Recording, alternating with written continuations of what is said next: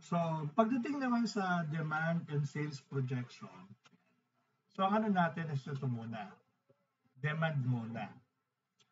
So, dito, kinuha muna niya yung population. So, data ng population.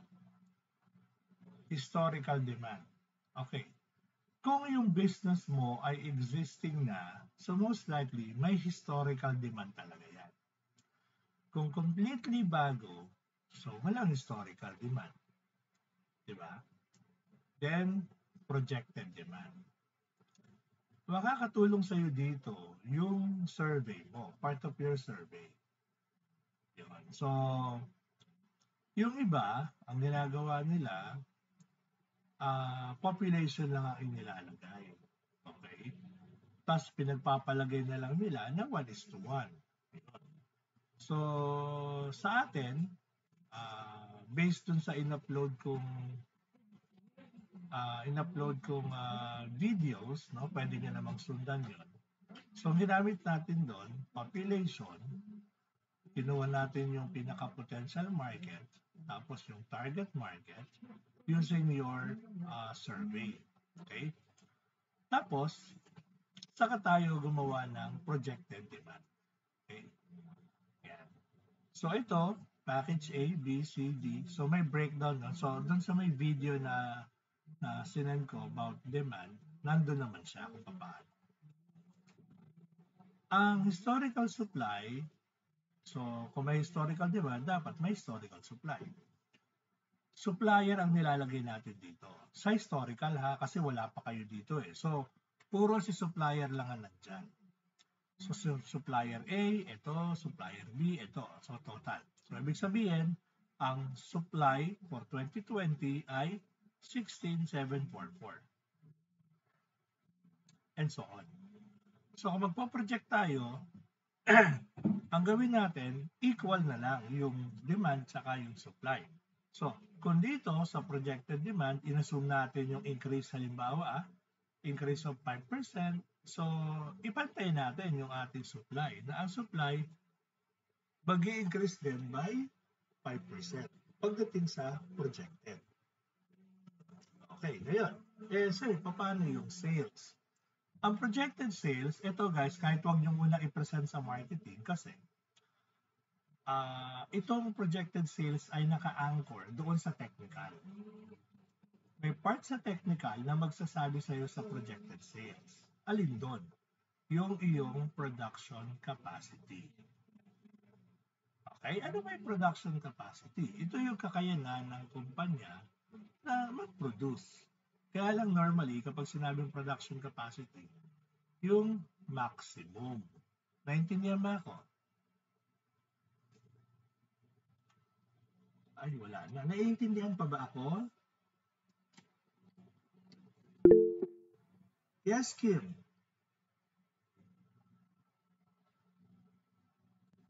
May tanong, Kim? Hello, sir. Sorry. Hello po. Wala. O, sige. Hello. Tuloy Meron, mo. sir. Meron, sir. O, sige. Ano yan?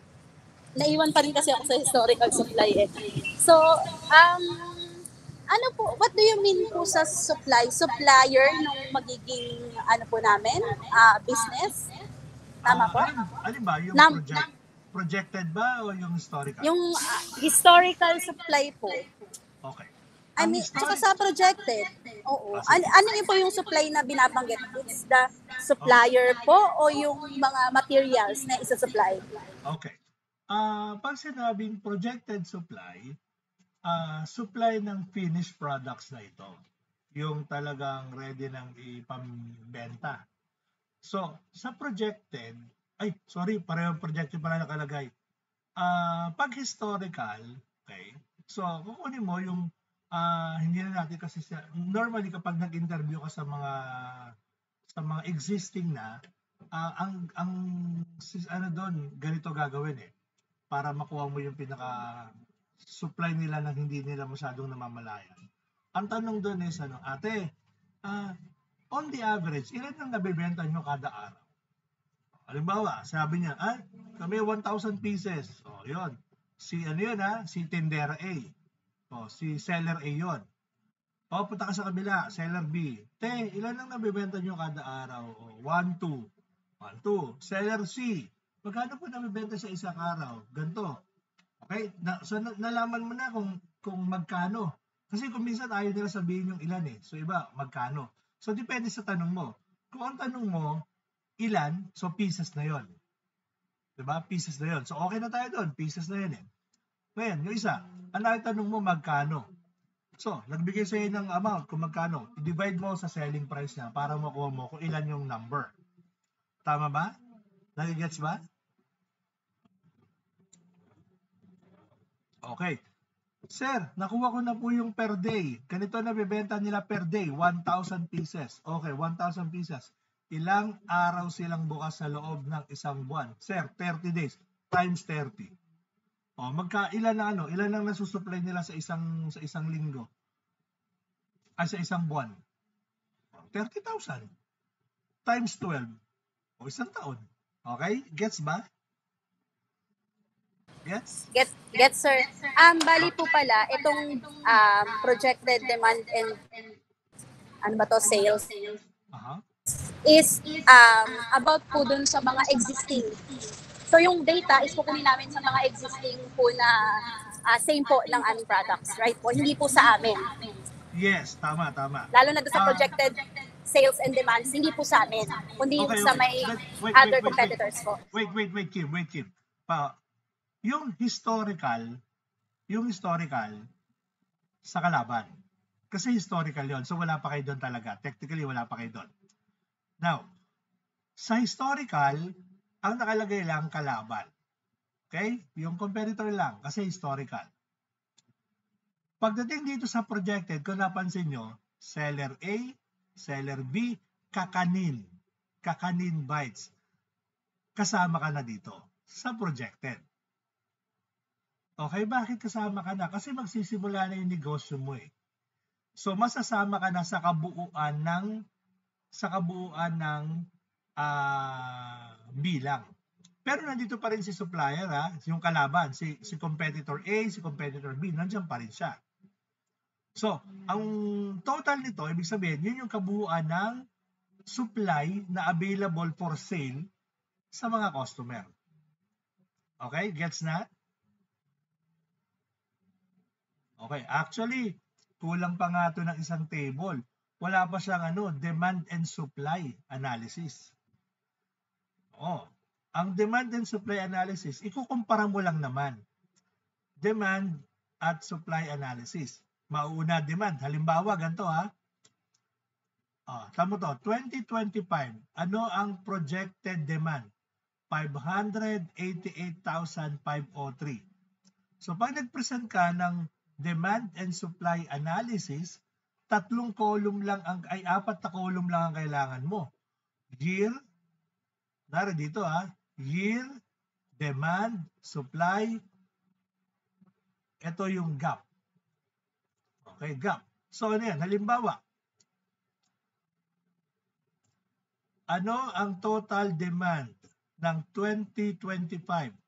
588,503. Ilan lang yung available supply?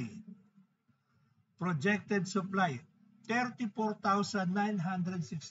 May sobra, wala? Meron po. Napakalaki. Diba? Napakalaki ng sobra. Yun. So, ibig sabihin, okay yung business mo. Bakit? Kasi kahit nakapasok ka na, marami pa rin sobra. Ibig sabihin niya, may oportunidad pa yung iba. Ganun siya. Okay? Ngayon, ang projected sales, nakabase yan sa iyong dito. Sa iyong supply. Okay? Kaya, minsan, hinuhuli nila ito. Hinuhuli nila itong gawin. Kasi bakit?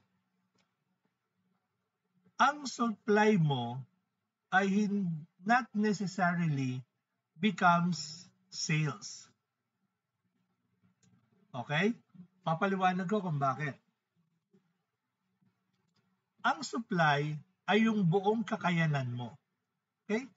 Buong kakayanan mo na mag-supply. So, ibig sabihin, maximum mo. Pwede yan, yung maximum mo. Pero, it doesn't necessarily mean na sales siya.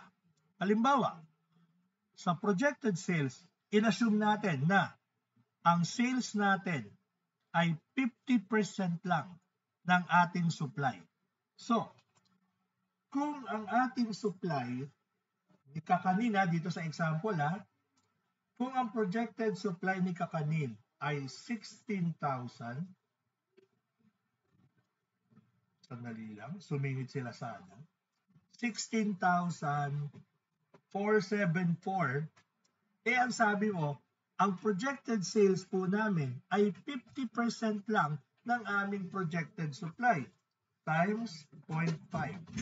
So lalabas, ang sales lang ay 8,237. Gets nyo, guys? Kasi sabi mo 50% lang eh. Siyempre, sir, bakit kailangan 50% lang? Kasi guys, siyempre, kailangan maging conservative tayo sa data. Paano conservative? Ibig bang sabihin yan, lahat ng pinroduce mo, mabebenta? Di ba? Hindi naman. Ngayon, may isang diskarte pa doon. Okay? So, pag nag-compute ka ng supply, kung gusto mo, i-direct mo na. Paano? I-direct mo na doon yung assumption mo. Halimbawa, na-compute mo na yung iyong maximum capacity. No? Makikita mo kasi yun sa technical aspect. Na-compute mo na yung maximum capacity mo. Sabi mo, sir, ang maximum capacity namin, 20,000. Sabi mo, lang po ang ipoproduce lang talaga namin kung ano lang yung kaya namin ibenta. So 50% lang, sir. So 10,000 lang. Yung 10,000 na yun, guys, yun na mismo yung ilagay mo dito. Yan. Sana nakikita nyo yung highlights, no? Yun na mismo ilagay mo dito sa 2025 mo na supply. Para nang sa ganun, pagdating sa sales mo, okay, ang i-consider mo na, ito na mismong buong nakalagay dito sa supply mo. Gets? Gets ba, guys? Yun. Para diretso na. Okay? Kasi kumbaga naka-assumption na kagad siya. Okay. So, nagkaintindihan na tayo, ha? Okay. Alam niyo naman siguro kapag ka nag-sales, kailangan may price na yon, ha? Organizational feasibility. Forms of organization. Sole proprietorship, partnership, bahala kayo. Wag lang corporation, guys. Okay? Now, just cite the reason kung bakit kayo nag-decide na maging sole o kaya partnership. Kung sole proprietorship, isasama natin dito, magkano yung ating magiging capital? Initial capital. Okay? Yan. Then, kung partnership naman, okay, bakit? Anong klaseng partnership to? Tapos, sino-sino yung mga partners at magkano yun na pag-agrihan na contribution? Kung halimbawa, lahat nagbigay ng cash, yan, magkakano? Maliwanag? Okay. Organizational structure. So, literal, structure, ganyan. Guys, ito lagi ko nakikita kahit sa ibang grupo. Guys, huwag niyong isipin na kayo yan. Huwag niyong lagyan ng pangalan. Okay? Walang pangalan dyan. Pansinin mo to. Business owner / manager, cook, service crew. Napansin mo ba walang manager, walang marketing manager, walang HR manager. Liit-liit lang ng negosyo kung dami mong manager, dami mong papasahurin. Be practical, guys. So kung di kailangan ng manager, maglagay. Sir, mga financial management student kami. Ano naman? Hindi dapat may financial manager. Ba't kailangan? Mag-i-invest ba kayo? Mag-i-stocks ba kayo? Ano naman di ba? Halimbawa, ito. Halimbawa, ito ha. Kakanin. May nakita ka bang mga manager dyan? Wala. Kasi kakanin yung business mo. Ang kailangan mo doon, cook. Oh. May service crew sila. Bakit? Kasi meron silang store eh. So may magsiserve nga naman. May bumibili. Alam ka naman may bumibili. Yung cook pa magbebenta. Di ba? Oh, talaga may service crew. Ngayon, piece of advice. Pag nagpasweldo kayo, guys, siguraduhin nyo na madidistinguish nyo yung posisyon. Siyempre, iba yung sweldo ni manager. Iba yung sweldo ni cook. Tsaka ni service crew. Malamang sa malamang, mas malaki naman ang sweldo ni cook kaysa kay service crew. Siyempre, yung gravity ng trabaho. Maliwanag. Yung iba kasi ginagawa pantay-pantay. So, gawin nyo na lang guys, si service crew minimum. Sir, mataas masyado. Oo. Pero, pagdating naman sa sa batas, tama ka. And besides, this is a feasibility study. So, doon tayo sa kung ano yung legal. Ngayon, sir, paano kami magtayo nito sa totoong buhay? Desisyon niya na yun kung gusto niya lang ibigay ang minimum o hindi. Kasi totoo lang, pwede namang hindi ka magbigay ng minimum. Bakit? Ilan lang yung empleyado mo eh.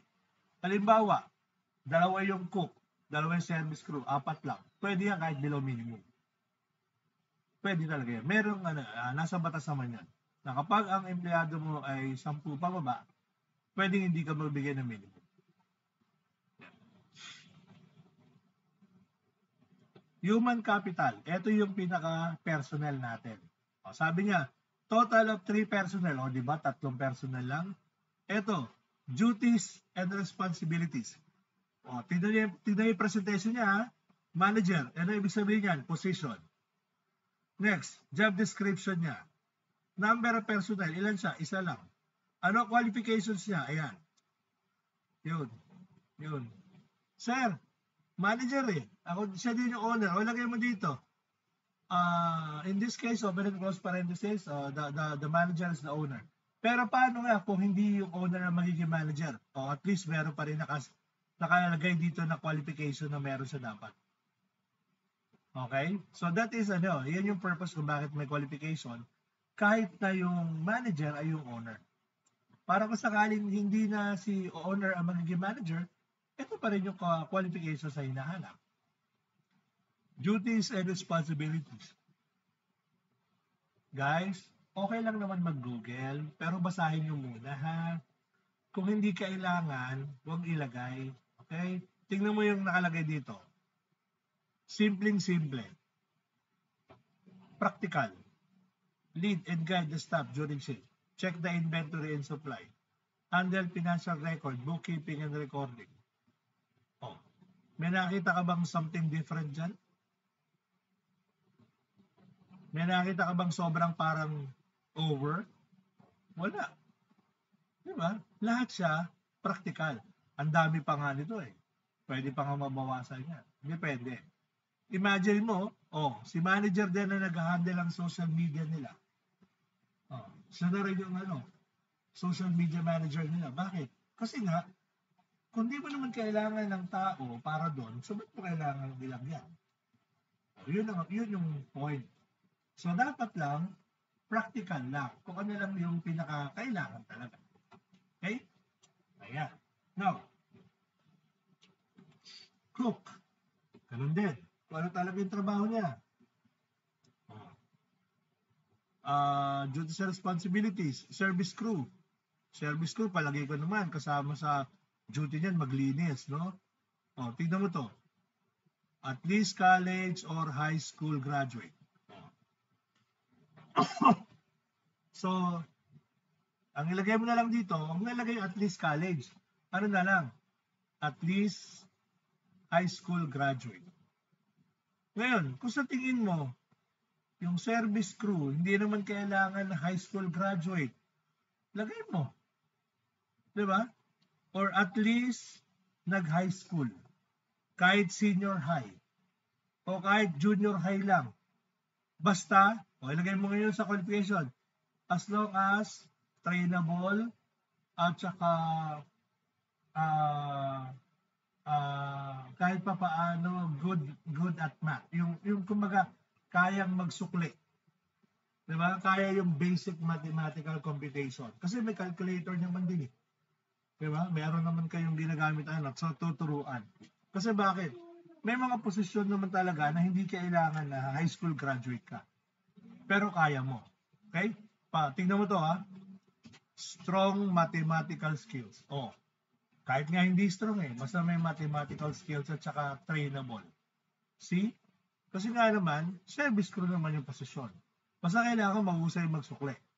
Marunong magbilang at marunong magsukli. So something na gano'n. So, be as practical as you can be. Work schedule. Yan. So, madali lang yan.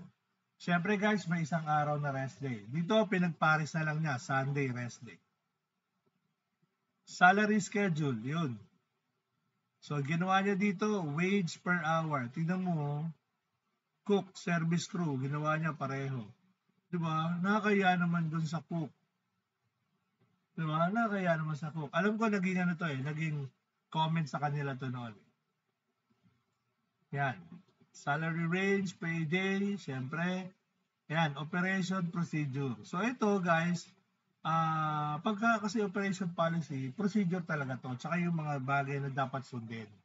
So, isa-isa nyo lang din. Okay? Technical.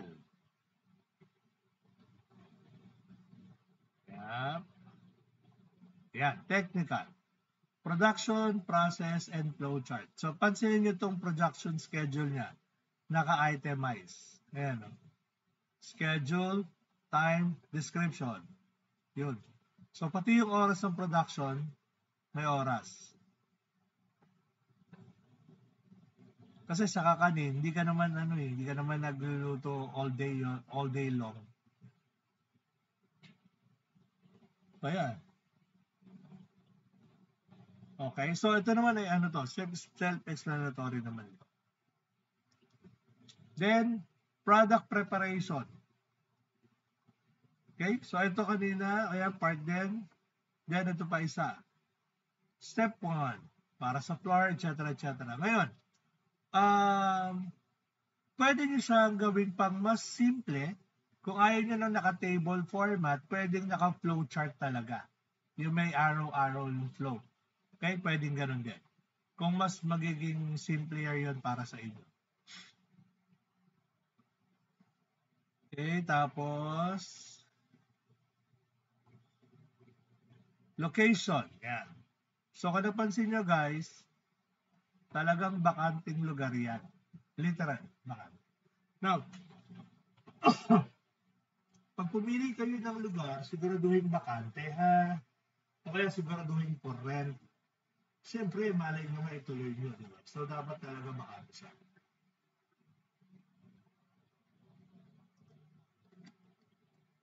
Picturean nyo lang. So, nung pinicturean namin, bakante pa yon. Ngayon, hindi na. Okay lang. At least, na-picturean nyo siya na bakante pa. Location. So, bakit mo napili ang location na yan? Sabi niya, ayun, kasi sir, may access sa market. May access sa raw materials. Transportation, 24/7. Labor, marami din doon pwedeng makuha. Yun. Environmental impact and regulatory requirements. Actually, ito kahit paano hindi na masyadong kailangan. Hanggang dito lang. Sa ano yung dahilan? Bakit ito napili mong location? Pwede nga itong simpler din. Pwedeng naka-paragraph format lang din yan. First paragraph, second and third. Ganun na siya. Pwede mo simplihan. Ito kasing grupo na to, medyo meticuloso kasi yung leader nila. Si ano yata ang leader nila dito, si Tibay. Kaya meticuloso yung si Tibay Talaga gusto niya lahat nakaset. Yan ito.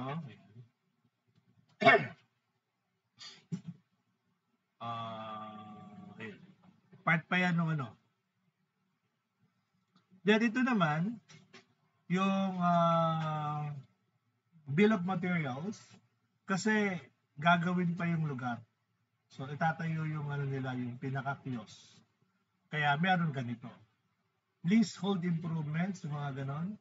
So, kung may babaguhin kunwari may store, may babaguhin ba, magpipintura ba, mayroon bang Aayusin ba yung kisame? O kung ano man yung aayusin o ilalagay, gagawa niya siya ng ganito. Okay? Gagawa niya siya ng pinaka bill of materials.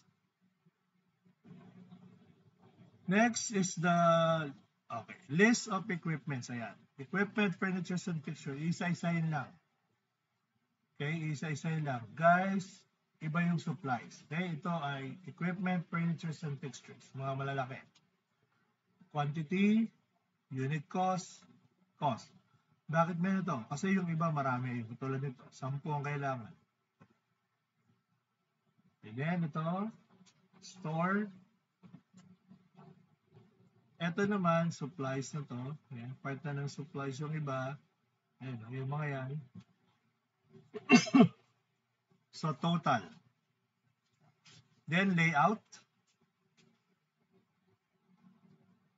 So, medyo nahirapan kasi i-label yung iba dito, kaya ginawa nila ng ganito. Pero kung kaya naman, pwedeng ganito lang.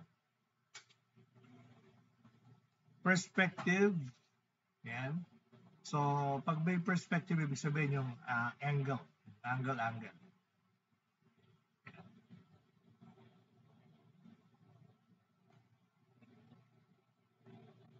Ito na yung production capacity. So, pag ganito guys, gagamitin ito ng time and motion. Okay? Doon sa video, meron akong nilagay doon. Okay? Meron sa video. So, hindi ko na ipapaliwanag dito. Pero, tina-timer lang yan. Okay? So, katulad nila dito, ang kutsinta para ma-process 40 minutes. Batch, 72 batches, isang salang. So, ang daily nila po, ang 4-4, weekly, monthly, annual.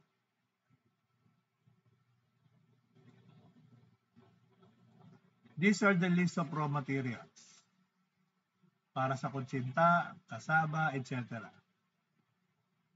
So, meron din yan dun sa, sa sample, sa video. Then, sources. Sources of raw materials. Importante kasi ito. Ngayon, pwede naman na pwede rin naman na naka-ano lang to, na naka-paragraph format, no? Pero sabi ko nga kanina sa inyo, medyo meticulous si Miss Tibay, kaya gusto niya nakaayos talaga ng ganito. Pero maganda naman talaga kasi madaling makita. And then finally, waste disposal. Ito literal. Paano natin i-dispose yung ating mga basura, yung ating mga kalat? Sir, may dumadaan po doon truck ng basura. Okay.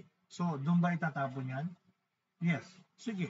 Kung doon itatapon yan, meron ba tayong garbage segregation? So, baka kasi meron tayong mga wet and dry. Yun. Paano kung meron ka pa ng dangerous? Lalo nakaseparate yun. Okay? So, normally, wet and dry ang segregation, tapos schedule lang ng pagdaan ng basurero. So, ilalagay mo lang yun dito. Okay? Pero sasama nyo dito kasi part ng policy yun na garbage as segregated. Paliwanag ba ako?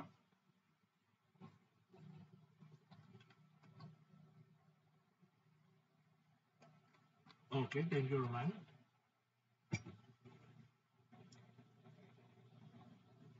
Okay, so yan kasi yung pinakahuli sa kanila. Utilities and depreciation expense. Okay. Ang may depreciation, yung mga equipments natin, fixtures. Yan. Yung utilities, ito yun. Naka-separate yan. Hindi kasama sa depreciation. Okay? Lang to?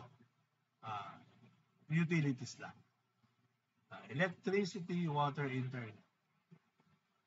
So, ito naman, kung napansin nyo, may nakalagay dito, annual depreciation. So, ito kasi yung mga nagde-depreciate yung value. Yung bumababa yung kanilang value. So, nilagay na lang namin dito, ayan, useful lives. So, ginamit namin straight line method. Para isang klase lang. Hindi na namin isinama yung useful life, yung salvage value. Pinagpalagay na namin na 0 na siya. So, ito siya. Yan. So, you can see naman how to compute depreciation. Yan. Simple lang siya. Okay? financial. So, dito guys, sa assumption, nakalagay dito yung ano yung mga ina-assume na magbabago. Like, ilan yung itataas, ilang percent ang itataas, o kaya ilang percent ang ibababa, o kaya ano pa yung mga assumptions sa pagbabago. Halimbawa, sales. Sabi, ina-assume tataas siya by 2% per annum. So, ilalagay natin dito. So, kumbaga, lahat ng assumptions mo na may kinalaman kay financial, ilalagay mo ito. So, kahit naka-bullet format lang yan, okay na. Bullet number 1, ganito. Bullet number 2, ganito. Okay? So, ito kasi guys, ginawa nila to doon sa shinare ko sa kanilang sample. Yung iba kasi, nagpatulong talaga sila sa marunong gumawa ng FS. So, okay din naman yun. Good din yun. So, ito na ang mga startup cost nila. Una, licenses. Diba? Napaka-particular kasi talaga yun. Licenses and permits. Ito naman, yung mga leasehold improvement na naganap. Tapos, yung mga equipment and machineries na binili. Yung mga supplies na binili. Yung paunang production supplies. Kasi usually, naglalagay talaga tayo ng good for at least certain number of weeks or months. Para kumbaga, may nakastock ka na good for certain number of days. So, yun. Cleaning, salaries, sa pre-operating, okay, pwede pa naman. Pero, syempre sa talagang pre-operation, wala pa namang salary na kailangan doon. Pero, kasama talaga. So, dito guys, ulitin ko, si cook dapat mas malaki ang sweldo kaysa kay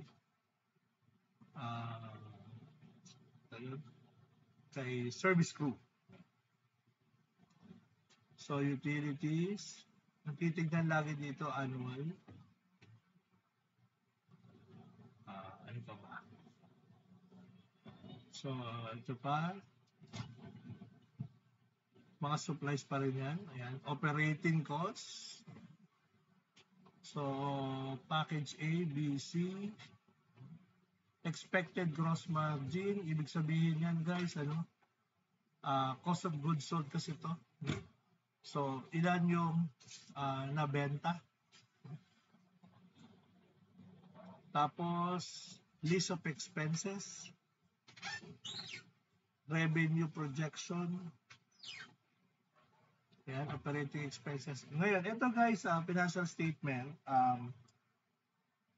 Meron din akong tutorial nito. Tapos, pwede siyang gamitin. Madali lang siya. Mag-enter ka lang ng ilang mga figure. Tapos, automatic na yan. Okay? So, naka-compute na yan for 5 years kagad. Including cash flow. Lahat to. So, ito ginamit kasi din nila yun eh. So, kaya medyo mabilis na matapos. Then, payback period and return on investment. Then, ayun na. Recommendation na. Tapos na.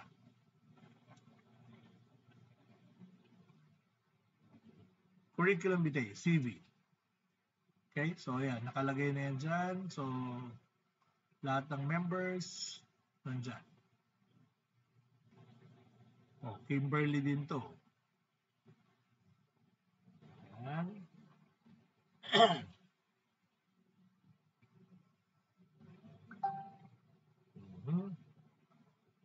Ana, ayan. Siya yung sinasabi ko. Very funny yan. Very meticulous yan. Si Jennifer Tibay. Siya yung leader kasi ng grupo nila. Kilala mo? Kilala nyo? Graduate yata sa last sem. Itong last graduation. Ayan, sa cottage siya dati. That's it.